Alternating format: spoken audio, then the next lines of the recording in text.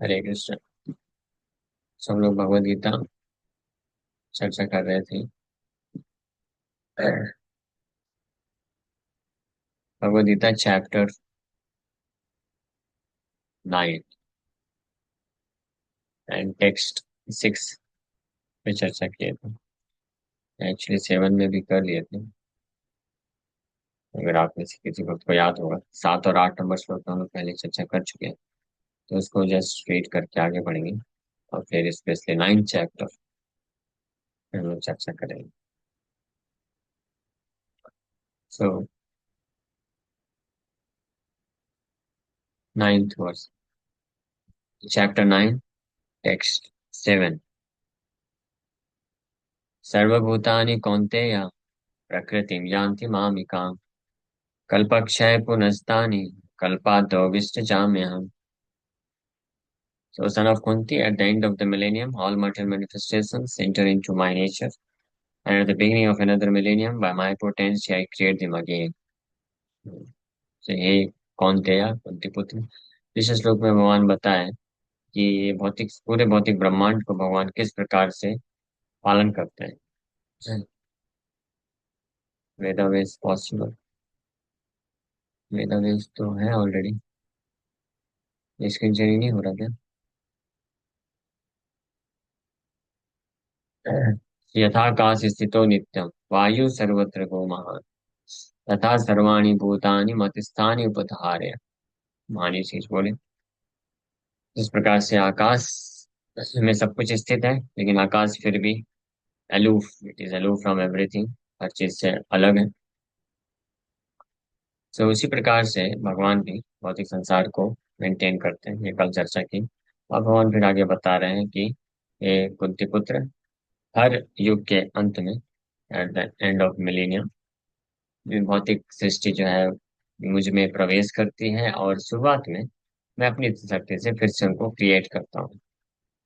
और ये हम जानते हैं कि Brahma ji lives for 100 years and his one day is calculated to be 4 lakh, no, 430 crores of our earthly years, 430। और एग्जैक्ट अगर कैलकुलेशन हो जाए तो 432 करोड़ साल, या 12 घंटे और 12 घंटे रात्रि मिला के 864 करोड़ साल ब्रह्मा जी का कंप्लीट वन डे होता है, 24 आवर्स। और ऐसे ब्रह्मा जी जो है 100 ईयर्स जीते हैं। तो ये जो है पूरा creation age of the universe, ब्रह्मांड का एज है। और ये जब हो जाता है तो सारा जो सृष्टि भगवान में जाके समा जाता है, इंटर करता है, फिर वापस से भगवान इसको करते हैं। और फिर आगे भगवान बोल रहे हैं, प्रकृतिम स्वाम अवष्टभ्या विसृजामि पुनः पुनः भूतग्राममिमं कृष्णम अवसम प्रकृतेर्वशात् the whole cosmic order is under me. भगवान यहाँ पे डिक्लेयर कर रहे हैं, आज तक कोई डिक्लेयर नहीं किया ऐसा। भगवान कृष्ण या नारायण, ये परम भगवान है, उनको छोड़ करके किसी ने डिक्लेयर, किसी की हिम्मत नहीं है कि वो डिक्लेयर कर सके कि पूरा ब्रह्मांड मेरे नियंत्रण में। कोई नहीं डिक्लेयर कर सकता, only Krishna can declare. Under my will it is automatically manifested again and again, under my will it is annihilated at the end. मेरी इच्छा से ये बारंबार स्वतः प्रकट होता है, और मेरी इच्छा से ये विनाश होता है, समस्त ब्रह्मांड, जिसका भी तात्पर्य हम लोग चर्चा किए थे लास्ट टाइम। ये कार्य भगवान कारण दक्षाय विष्णु, गर्भ दक्षाय विष्णु, सिरो दक्षाय विष्णु के रूप में सारा कार्य करते हैं, संभालते हैं पूरे ब्रह्मांड को, सृष्टि करना, पालन करना और संहार करना। अब नेक्स्ट जो आज का श्लोक है, टेक्स्ट 9। न च मां तानि कर्माणि निबध्नन्ति धनंजय उदासीनवदासीनम् असक्तं तेषु कर्मसु। तो Dhananjay, all this work cannot bind me.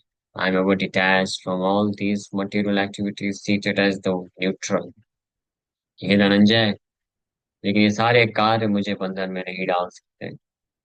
I am ever detached, मैं पूर्ण रूप से इससे डिटैच हूँ, मतलब अनासक्त हूँ या अनअफेक्टेड हूँ।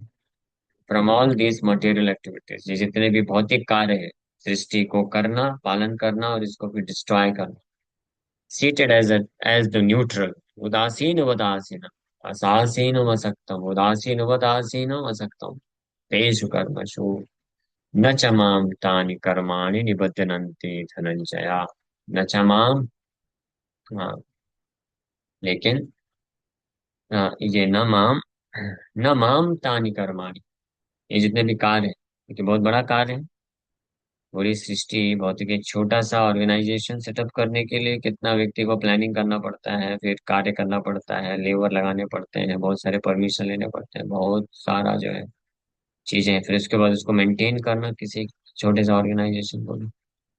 फिर अल्टीमेटली जब अगर डिस्ट्रॉय करना है, जैसे कोई बहुत बड़ा बिल्डिंग बना है किसी ने, उसको बनाने के लिए, मेंटेन करने के लिए, फिर अल्टीमेटली जब वो बिल्डिंग जो है खंडहर हो जाता है, तो उसको डिस्ट्रॉय करके नया बनाने के लिए भी डिस्ट्रक्शन, ये भी अपने आप में एक कार्य है बहुत बड़ा। हाँ, ऐसे नहीं कि आकर के बम से उड़ा दिया, डिस्ट्रक्शन हो गया। उसमें भी बहुत सारी चीजें रहती हैं। सो हाँ, सो ये कार्य जो है, इसमें तो बहुत सारा मटेरियल एक्टिविटीज, बहुत सारा भौतिक कार्य सम्मिलित है, लेकिन भगवान बता रहे हैं कि न माम तानि कर्माणि निबध्नन्ति, वो सारे कार्य मुझे स्पर्श भी नहीं कर सकते हैं, बांध नहीं सकते हैं। और मैं, हालांकि ये धनंजय पिछले 3-4 श्लोक में भगवान बोले कि हालांकि मैं ही सब कुछ करता हूँ, पर उदासीन बत आसीनम, but I am always situated as if I am neutral, as if I am not doing anything. भगवान ये बोलना चाह रहे हैं कि हालांकि भगवान सब कुछ करते हैं, पूरा सृष्टि, is practically involve in each and every detail. इसे बोलते हैं कि भगवान की मर्जी के बिना एक पत्ता भी नहीं हिल सकता है। हर कुछ उनके सैंक्शन, कृष्ण, उसको कृष्ण के सैंक्शन के बिना कुछ भी होता नहीं, कृष्ण ही सब कुछ करते हैं। लेकिन भगवान कृष्ण बोल रहे हैं कि स्टिल उदासीन वत आसीन, still I am situated as as as if I am not doing anything, जैसे कि मैं कुछ भी नहीं कर रहा हूँ, उदासीन वत, स्वतः अपने आप भगवान की शक्ति सब कार्य करती है। असक्तम, विदाउट अट्रैक्शन, असक्तम मीन्स विदाउट अट्रैक्शन और विदाउट अटैचमेंट, बिना किसी आकर्षण के, तेषु कर्मसु, इस सारे कार्यों को मैं करता हूँ। तात्पर्य प्रभुपाद जी लिख रहे हैं, one should not think in this connection that the Supreme Personality of Godhead has no engagement. ऐसा नहीं कि भगवान को करने के लिए कोई कार्य नहीं। इन his spiritual world he is always engaged. भौतिक जगत के जो कार्य हैं, भौतिक सृष्टि करना, पालन पोषण करना और विनाश करना, ये कार्य भगवान उदासीनवत आसीनम असक्तम तेषु कर्मसु, इस प्रकार से करते हैं, डायरेक्टली इन्वॉल्व नहीं होते। उनकी शक्तियां हैं, एजेंट्स हैं बहुत सारे, वो जो कार्य करते हैं, उनका ऑफकोर्स उनके डायरेक्शन, उनकी इच्छा से करते हैं। मया दक्षिण प्रकृति सूयते सचराचरम, अंडर माई सुपरिटेंडेंस।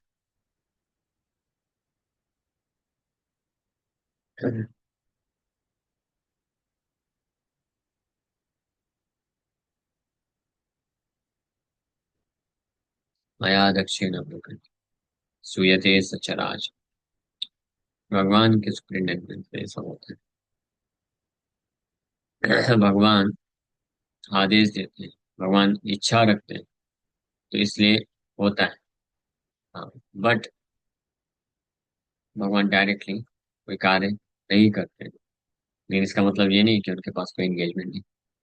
आध्यात्मिक जगत में भगवान इंगेज है बहुत अच्छे तरीके से। क्या? सुरभि रवि पालयंतम, is taking care of Surabhi cows.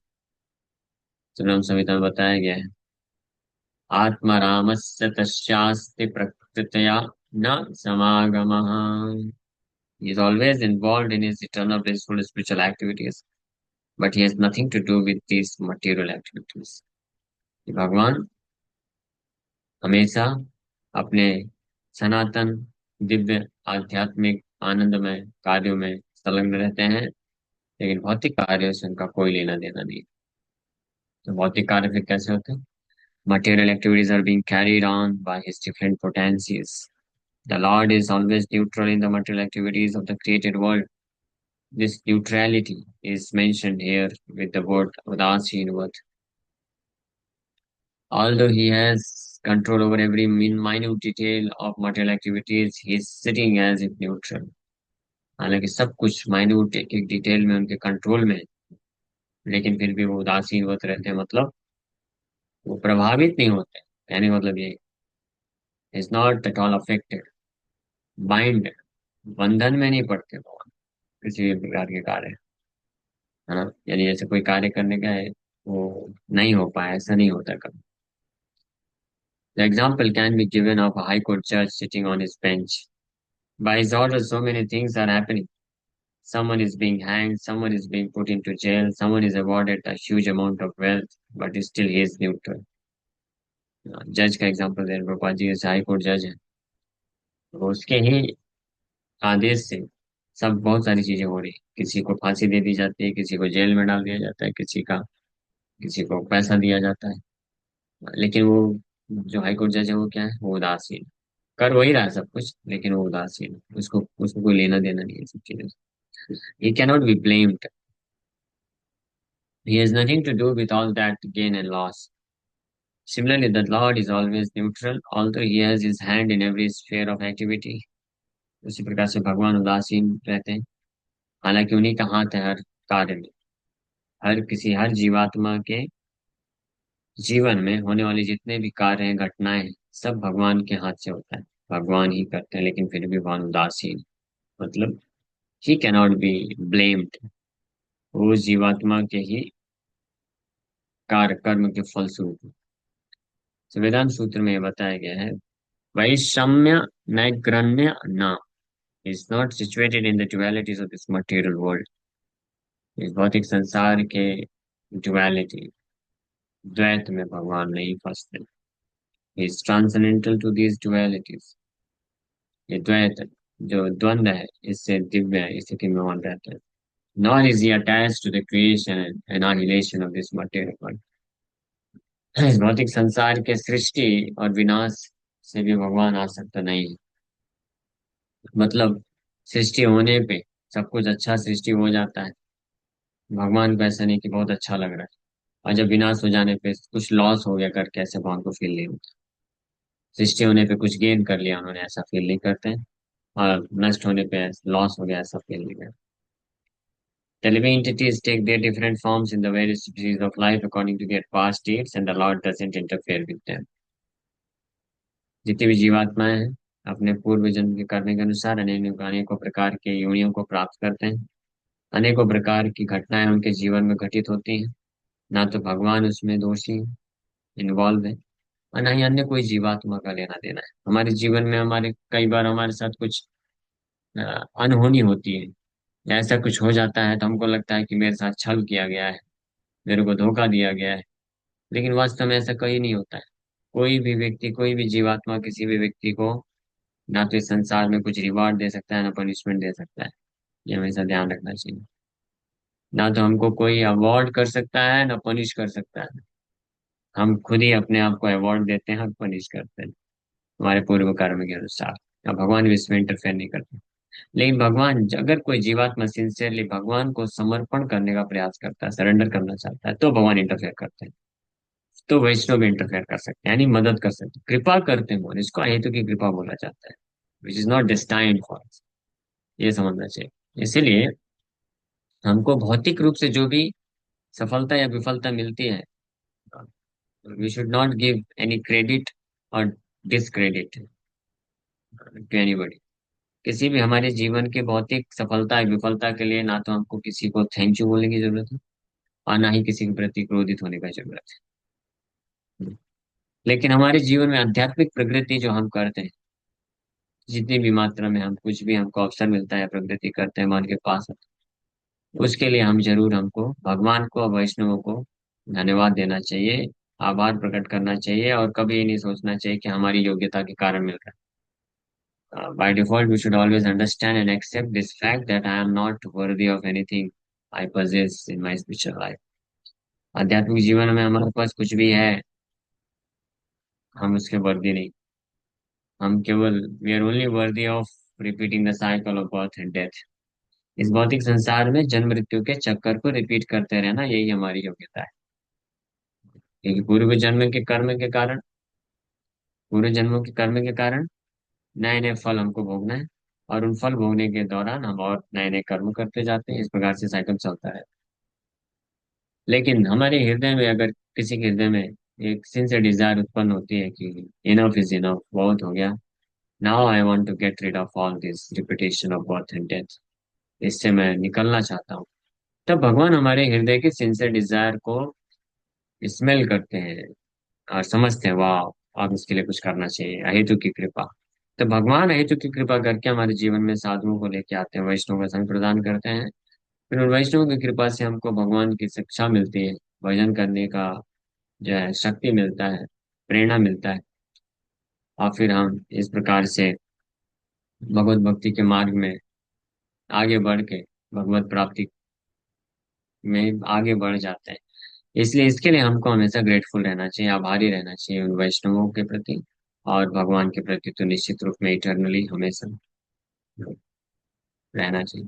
ठीक। तो भगवान यहाँ पे ये शिक्षा दे रहे हैं कि भगवान किसी भी प्रकार के कार्य से उसमें फंसते नहीं हैं, अफेक्ट नहीं होते हैं, असक्तम उदासीन मत बने रहते हैं। तो फिर प्रश्न उठेगा किसी के दिमाग में कि भगवान आप उदासीन रहते हैं, आप आसक्त अटैच भी नहीं है भौतिक कार्य से, फिर आप करते कैसे मैनेज? तो इसके लिए जो फेमस श्लोक है, हम लोग कई बार चर्चा किए, तो भगवान अब कल बोलेंगे, मया दक्षेण प्रकृति सूयते सचराचरम हेतुनानेन कौन्तेय जगत् परिवर्तते। So thank you very much.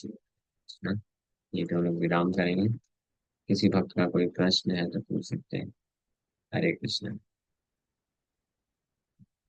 Question ऐसा था कि जैसे आपने बोला कि सृष्टि क्रिएट हो रही है, डिस्ट्रॉय हो रही है, तो भगवान ने इक्विपॉइज, लेकिन फिर वो एग्जाम्पल दिया जाता है जैसे अपने हाथ की छोटी उंगली होती है तो उसको पेन हुआ तो भी अफेक्ट होता है।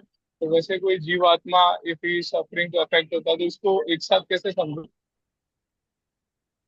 यहाँ तो भगवान जो सृष्टि में जितने भी जीवात्मा हैं, वो जो भी कार्य करते हैं और उस कार्य का जो भी फल मिलता है, भगवान का उसमें कोई लेना देना नहीं, हस्तक्षेप नहीं। लेकिन जीवात्मा के साथ जो आध्यात्मिक स्तर का जो कनेक्शन होता है, रिलेशनशिप होता है, भगवान के हम सब अंश हैं, दास हैं। तो उस कनेक्शन के कारण भगवान जो जीवात्मा इस संसार में प्रकृति स्थानी कर सकती, while situated in this material existence, the living entities are suffering with their mind and sense। मन, अपनी मन और इंद्रियों के कारण, भौतिक कर्म करने के कारण जो जीवात्मा इस संसार में दुख भोगता है, तो भगवान को फील होता है, वो दुख फील होता है। इसलिए तो भगवान खुद अवतरित होकर आते हैं, अपने वैष्णव साधुओं को भेजते हैं, ताकि हमारी जो मेंटेलिटी है, ट्रिपल्ड मेंटेलिटी है, उसको रिफॉर्म कर सकें, उसको सही कर सकें, और हमको डायरेक्ट कर सकें, प्रॉपरली डायरेक्ट कर सकें। जो मिस डायरेक्टेड हमारा कॉन्शियसनेस है, भौतिक चेतना है, उसको डायरेक्ट करके आध्यात्मिक बना करके उनको ये जन्म मृत्यु के चक्कर से निकाल के आध्यात्मिक धाम की प्राप्ति कर सकें। तो ये भगवान को वो वो जो फील होता है, समझ पा रहे हैं? Yes, thank you sir. Okay. Yes Avin pro, आपका प्रश्न। हरे कृष्ण प्रभु, दंडवत प्रणाम। हरे कृष्ण।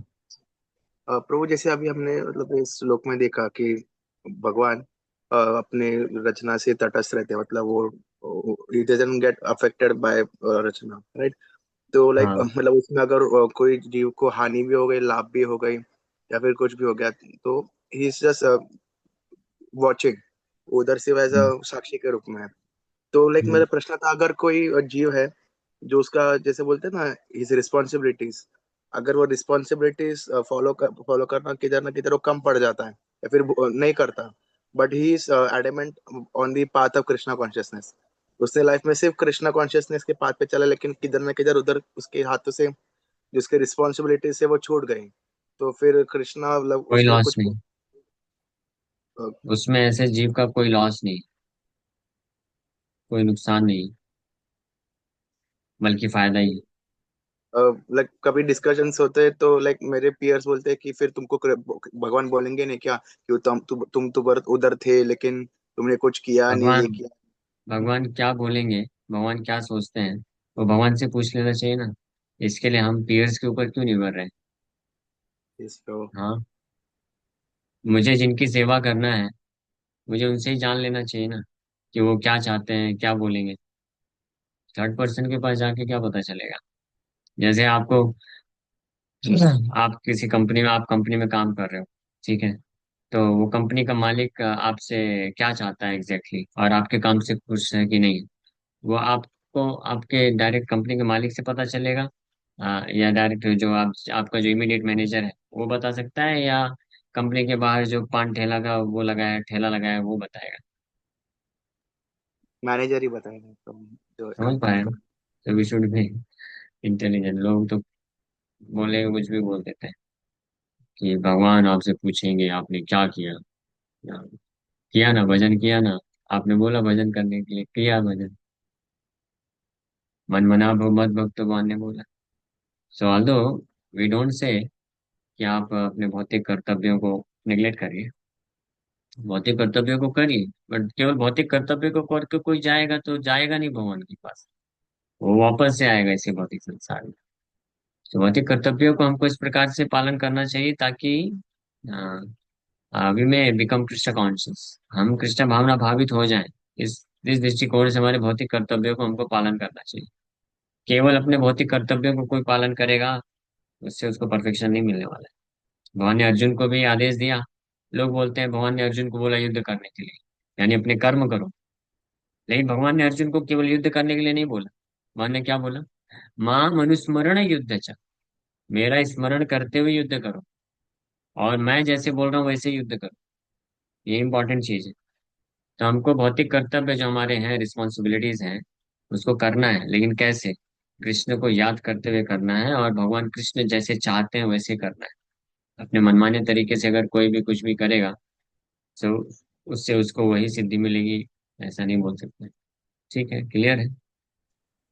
हरे कृष्ण यस प्रभु प्रभु। जी। थैंक यू प्रभु। हरे कृष्ण। यस सविता माता जी।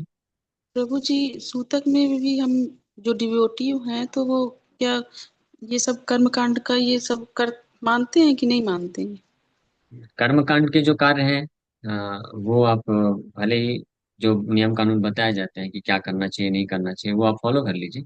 लेकिन जो भक्ति के जो भी कार्य है ना, जैसे भगवान का नाम जप करना है, भागवत पढ़ना है, श्रवण करना है, इसमें कोई रुकावट नहीं है। सूतक के टाइम हो या ग्रहण के टाइम पे हो, या कितनी भी अपवित्र दशा भी होती है, हर समय भगवान के नाम का जप किया जा सकता है, और गीता भागवत को श्रवण और कीर्तन किया जा सकता है। और भगवान ठीक को है। स्पर्श नहीं कर सकते कहते, हाँ बिटिया भगवान, लोग।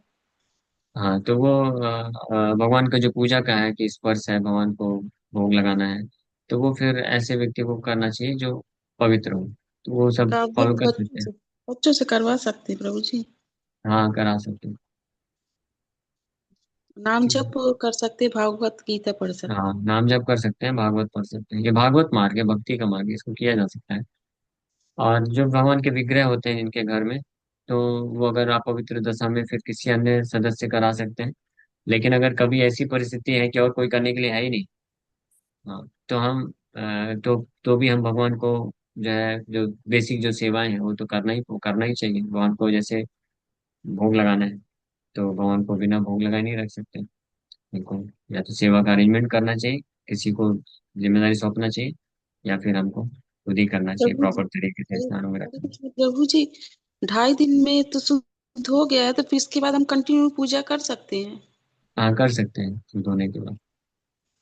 जी प्रभु। ठीक है, थैंक यू ओके, प्रभु जी। हरे कृष्ण। प्रभु जी, जैसे एनिवर्सरी मेरी आएगी साल भर बाद, तो आप को बुलाएंगे तो आप आएंगे प्रभु जी लेक्चर देने या भागवत करने?